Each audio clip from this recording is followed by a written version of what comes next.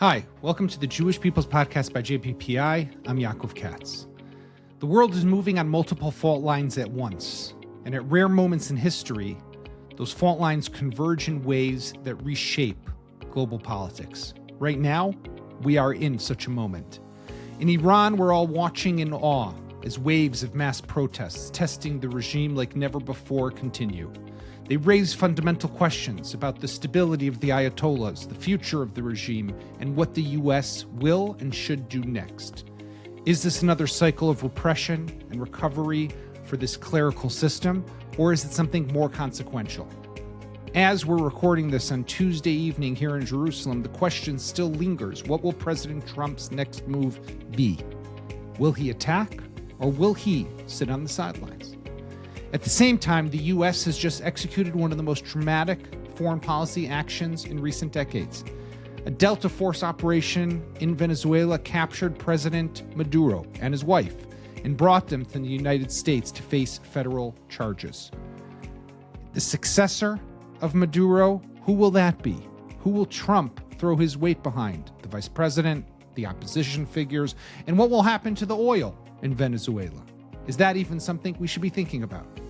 There are few people in Washington, if any indeed, who understand the strategic dimensions of both Iran and Venezuela at this level. And that's why today's conversation is so important.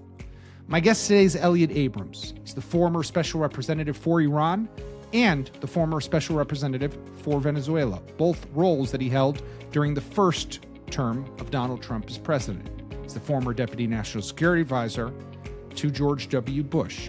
He has a rare combination of roles that gave him a front row seat to how U.S. policy, leverage, sanctions, military action, and pressure actually operate in two of the most volatile theaters of the U.S. foreign policy.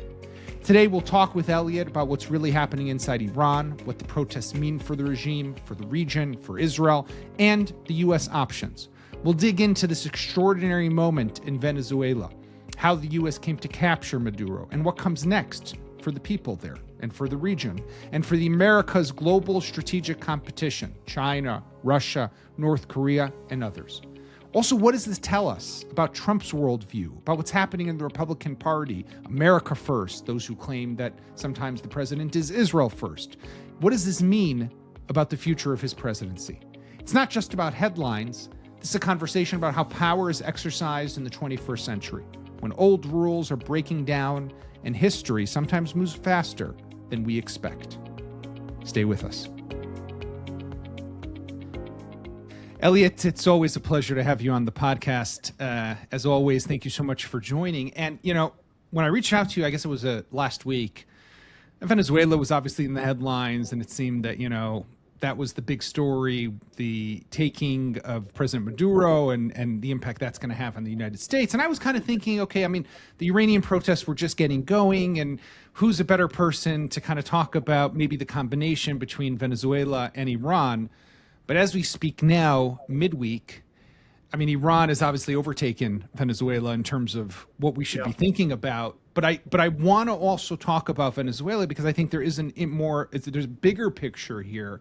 And to those who don't know, and I did say this in the intro, I mean, you are maybe the only person who has served as the special representative to Venezuela and to Iran. So if there's anyone who's better placed or best placed to look at, this was both in the first Trump administration a number of years ago, but to look at kind of both of these countries and the bigger picture, it is you. So I thank you for being here. And I mean, sure.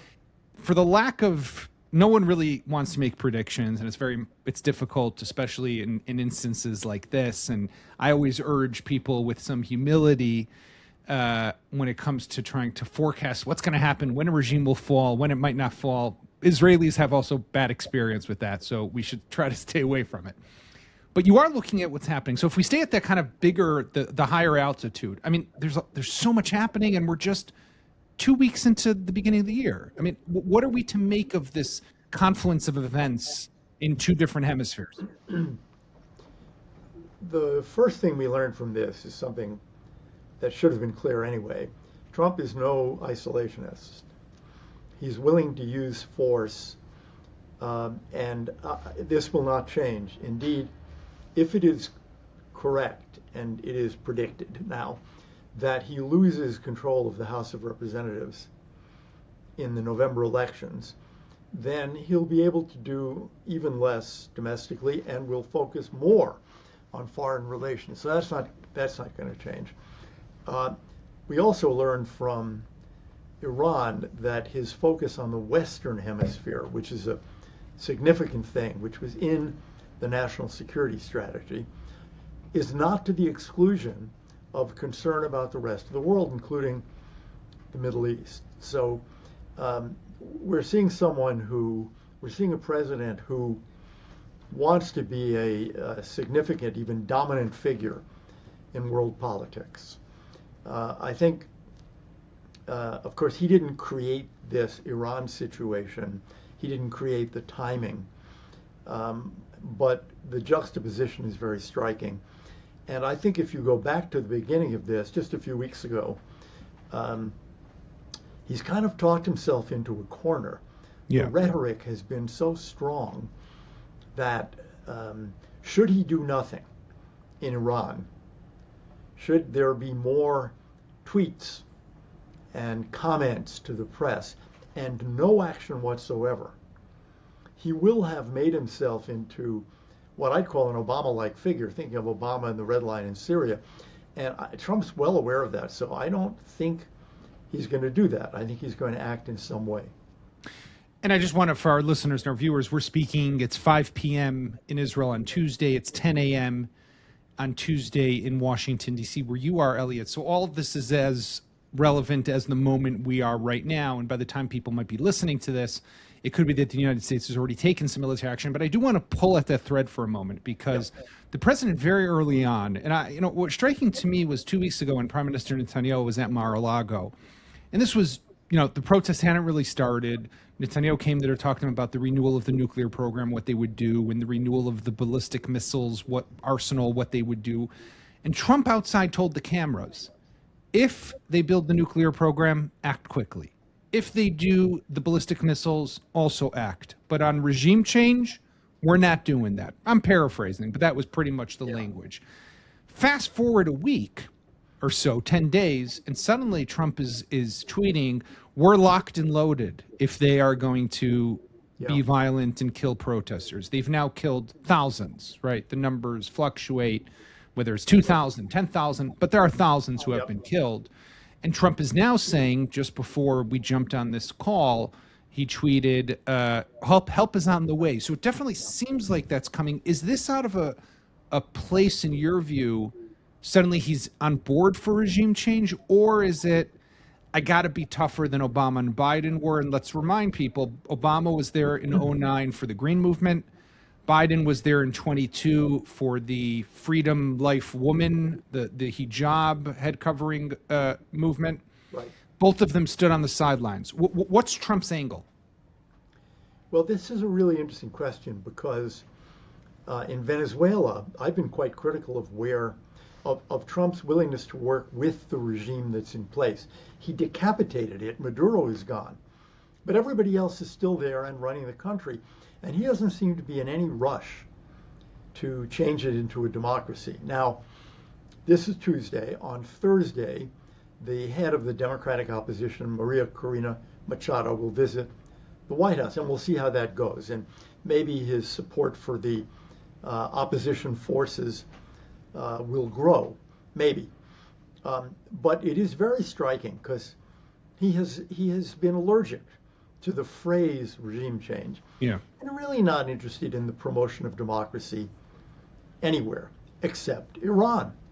And, he's urging people to kick the regime out, to build a new Iran, to make Iran great again. So, it's classic Donald Trump in the sense that people often misread him. He is hard to predict.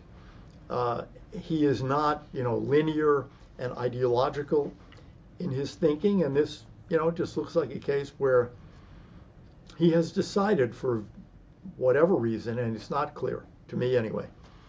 Let's go with this. I think he must be aware of the fact that if the regime falls, You could even say if the regime falls in between today and 3 years from now, because he's going to be president for almost 3 years, he'll take credit for it. And he will be taking credit for one of the largest events since the fall of the Soviet Union. I mean, the demise of that regime is a huge event in the world and in the Middle East. And it's a very plausible event now, if not tomorrow morning, over the next 3 years. And to have become involved in it would, add to his reputation as president. When you look at the protests, Elliott, and we've seen these protests before in Iran. I mentioned 2009, we mentioned 2022. We've seen protests in other countries around the world, definitely in this region, the so-called Arab Spring and what happened in Egypt and then Libya. Syria, to me, is always a case, an example of, and I remember, you probably remember this as well, Ehud Barak, who was defense minister back, I think it was 2011, 2012, said, oh yeah, Assad will be gone within half a year, right?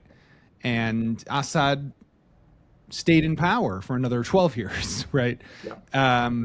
Now, the Iranians came to his assistance, the Russians came to his assistance and everything, but it never really moves the way you think it could. And this could happen really fast, and we could wake up tomorrow and see that the regime is gone, and it could take another 10 years for this to happen as well. I mean, what do you see that's different this time, maybe, that there's actually a chance for this dramatic change in Iran?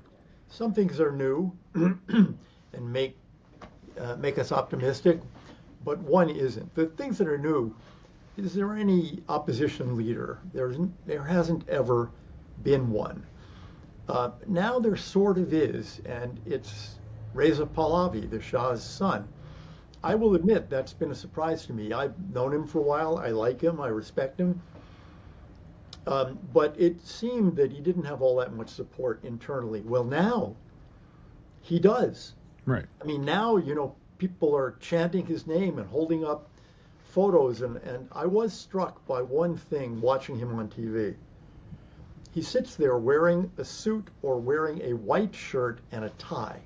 And I think for a lot of Iranians who are sick of these guys in their mullah's robes, this man wearing a white shirt and a tie represents the Iran they want, a modern global Iran. So that's new, that there's kind of a person there.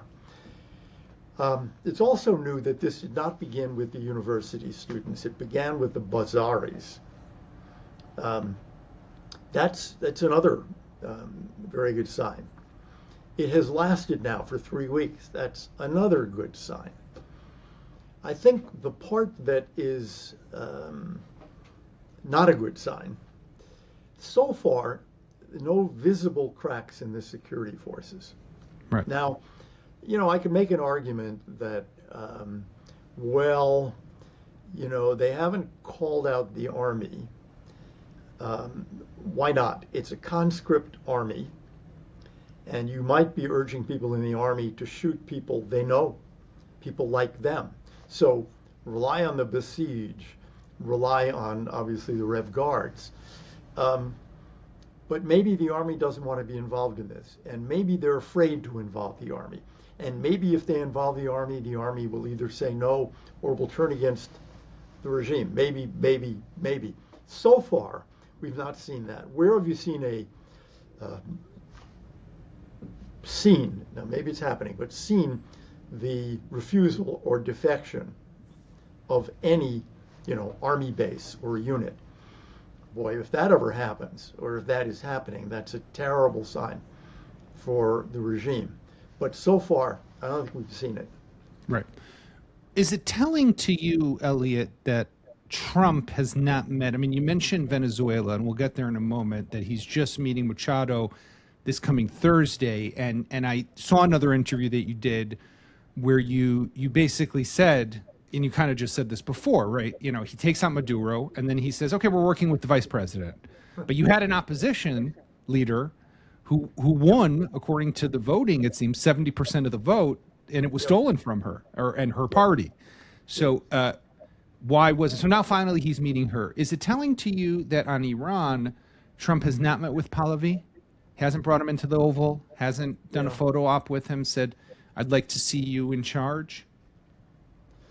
I think the last time a president met with him was George W. Bush in 2006. And that was in Prague, in the then Czechoslovakia, or Czech Republic, and not the White House. The reason for not meeting with him has been, he's never won an election the way Maria Corina Machado has, and maybe we damage him if he seems just to be an American, puppet or agent. We may have passed that, and I would assume that there are meetings in the White House where people think about, is this a good idea? And he'll have to think about it too. I mean, it's not clear to me whether it is a good idea. I think it is for him. Not the thing you worry about, I would worry about in a meeting between him and President Trump is he's been very careful to say, hey, I am not auditioning to be the king, to be the Shah. Maybe I can be helpful as a transitional figure. Some of his supporters in Iran are saying, no, we want the monarchy back. Constitutional monarchy, which, could conceivably work. Although if you think about it, when has the restoration of a monarchy worked in this way? I can only think of one case, Spain. In Eastern Europe, the Habsburgs and all, it has not worked. The problem is, if he meets with the president and the president, who's undisciplined about these things, says, you ought to be the Shah, man, you'd be a great Shah, that might actually hurt inside Iran, because there will be many millions of Iranians who don't want that as an outcome. So I think he's got to think this through, and the president's got to think through whether we want to pick a winner. Usually in a case like this, where there has not been an election, you don't want to pick a winner. Maybe we'll pass that in Iran. It's a very interesting question. So you mentioned before how if this regime were to fall, it would be the greatest moment or the biggest change since the fall of the Soviet Union and the Iron Curtain. Now, I think as an Israeli, someone I'm sitting in Jerusalem, I get it, right? I mean, this regime has been after nuclear weapons. They have been dedicated to the destruction of Israel. We're just emerging from a 2-year war with their proxies. It might renew that war with Hamas or Hezbollah or Iran for that matter. We get it here. It seems to me, though, that in the United States, not everyone understands it the way you just said it, because, hey, it's far away. Venezuela, it's our backyard. Maybe that I can understand. But Iran, why do I care what's happening in Iran? So explain to us, please, why is this such a big moment in your eyes? Well, you're right. I mean, the average American, first of all, knows Venezuela is, knows Venezuela is in the Western Hemisphere. And there's a drug issue and there's a migration issue. So it's different. I would say a lot of Americans know that Iran is a hostile country. A lot of Americans know that they keep saying death to America, as well as death to Israel. A lot of Americans, I mean, obviously you have to be above, 60 maybe, to remember Jimmy Carter, to remember the hostages. Right. And that goes back quite a long ways. You've got to be sort of probably 55 or 60 to remember that, but it's a lot of people. I don't think, clearly the average American can spell out the rest of it with, the implications for Israel in one way, for Syria and Lebanon another way, for Yemen another way, etc. For Iraq, which I think is would be very significant. People are not foreign policy experts, so they can't take you through all that. But I do think there's a very widespread understanding. Well, this is an enemy country, and it could be turned into a friend. I think that is widespread. But there are parts or forces within the party, at least, the the America First group. The Steve Bannons, the Tucker Carlsons, that whole crew that don't want to see, and I guess that to some extent is the resistance to anything that seems like a regime change. That's going back to when you were in the George W. Bush administration. And you guys were looked at as going around the world, spreading democracy, changing regimes. And these guys are like that. Those are the bad people. We don't do that, right? So Trump really has to manage not only what's the right move for Iran, but also what's the right move for him politically. He absolutely does. And it's interesting. In the case of Venezuela, most of the MAGA people have gotten on board because they get the kind of Monroe Doctrine, U.S. dominance in the Western Hemisphere, migration issue, drug issue. I should say, by the way, that you've named some of these isolationist voices. One can exaggerate their impact on Republican voters and on Trump voters.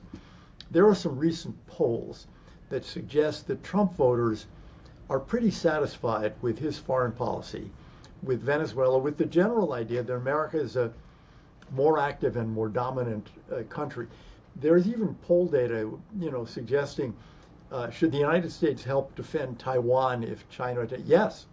I mean, so Trump voters are not isolationists. Trump will have a problem with the leading voices in the movement, who may include his own vice president, over Iran. And you keep reading the newspapers here that Vice President Vance is urging, go very slowly and carefully when it comes to Iran. You do not have to make a,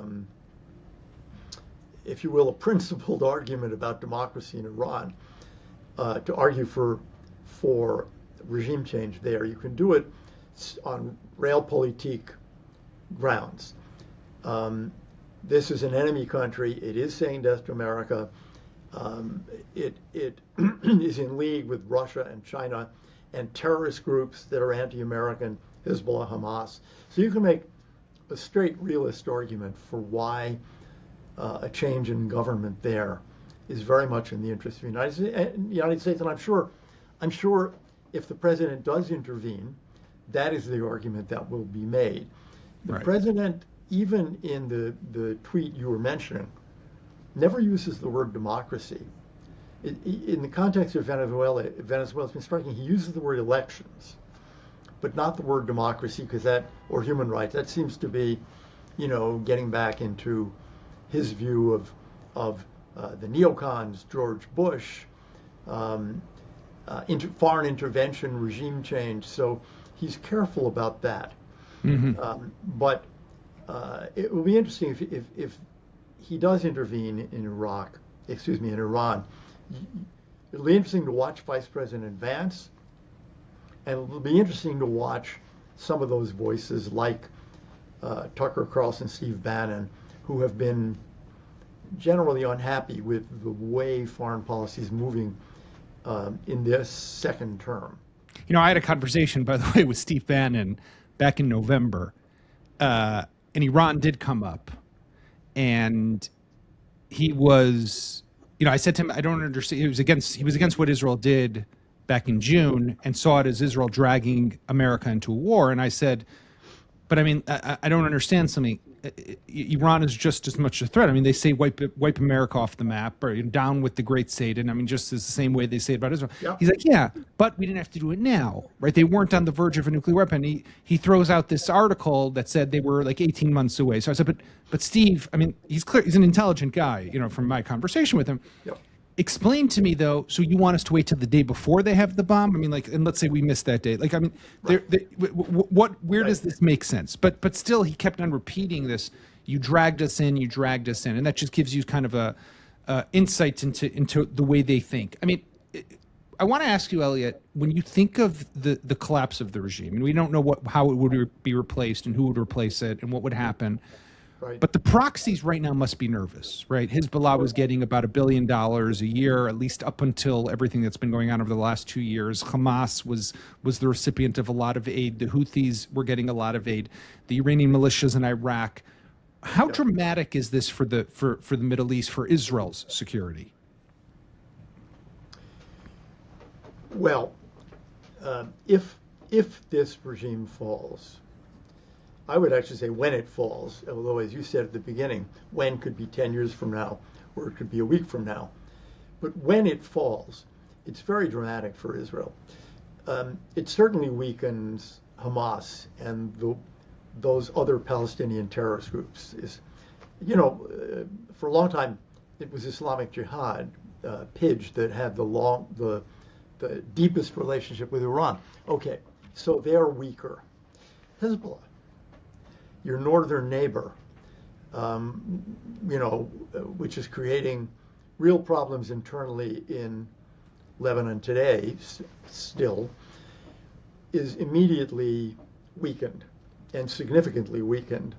And it's much easier to imagine the Lebanese army and the Lebanese state actually trying to push back against Hezbollah if Iran is not giving them $1. Right. I think another important place is Iraq. They keep having election after election. The reason that Iraq has not settled into being a real democracy where Sunnis and Shias and Kurds, bargain with each other, as happens in any situation like that. Iran. It is the Iranian backing of Shia militias, of Shia terrorist groups, that prevents Iraq from settling into being a democracy. And remember that the Shia leadership, religious leadership in Iraq under Ayatollah Sistani is quietist. They don't believe in velayat-e faqih, in the rule of the jurisprudent, the rule of the Ayatollah.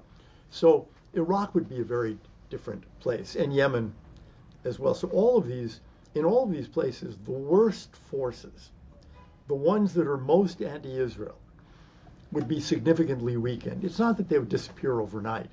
But it would create the opportunity to further weaken them. And I mean, do you agree with what we're hearing a lot here, is that this would not be happening without the last 2 years? It wouldn't be happening without the June 12-day war, which showed the Iranian people, who obviously they're the ones fighting, and they're the ones who are the courageous and the brave right now.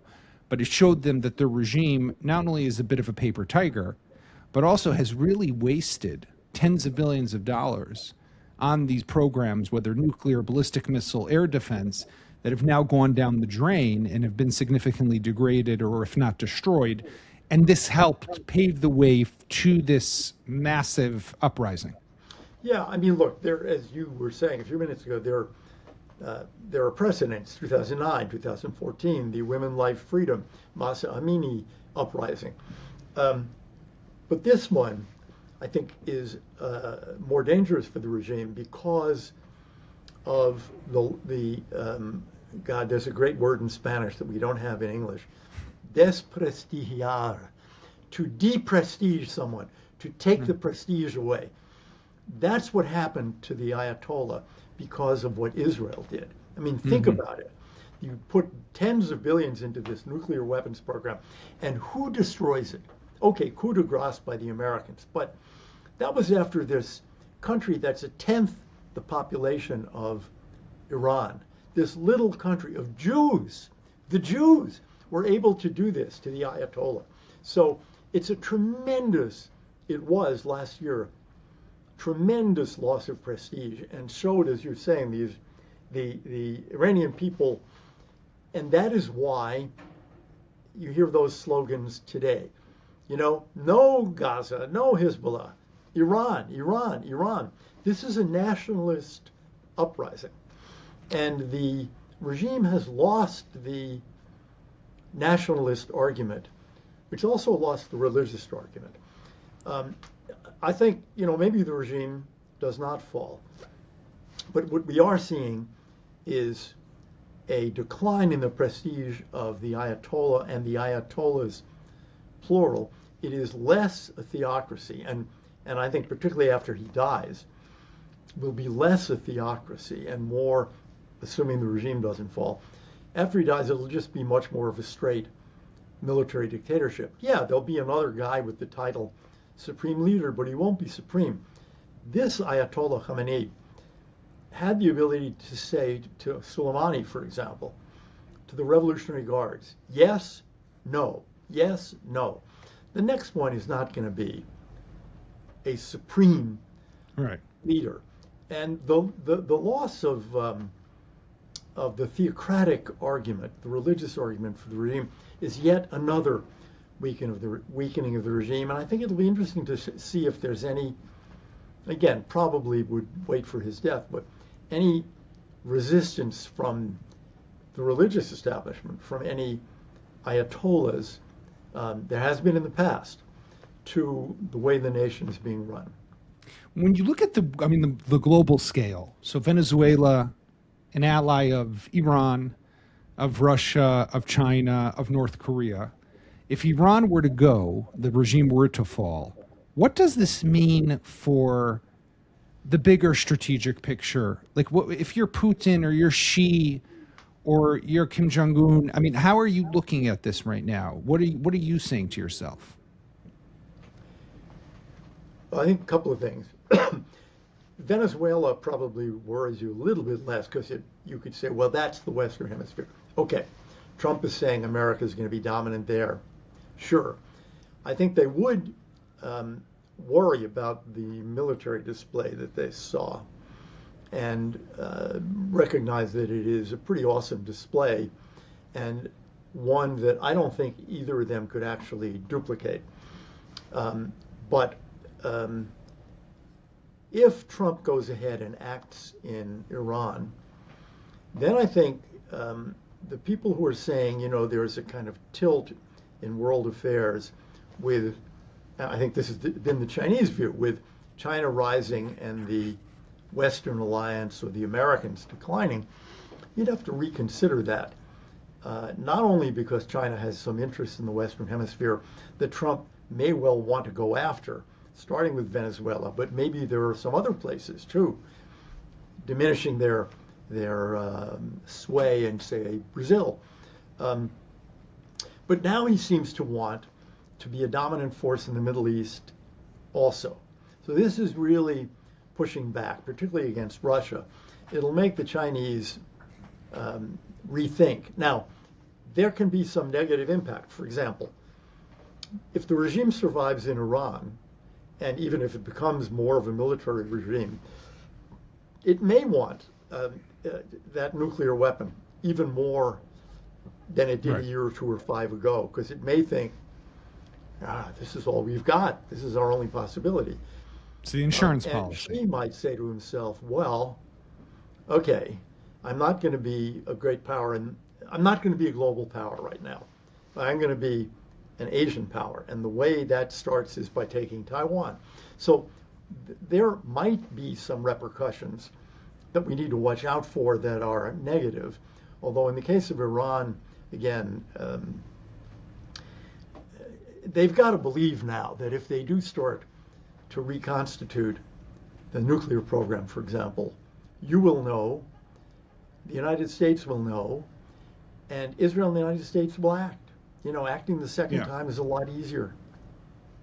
Elliott, before I let you go, I want to ask you one last question. You were there with in the Bush administration, 9/11, the Afghanistan, Iraq.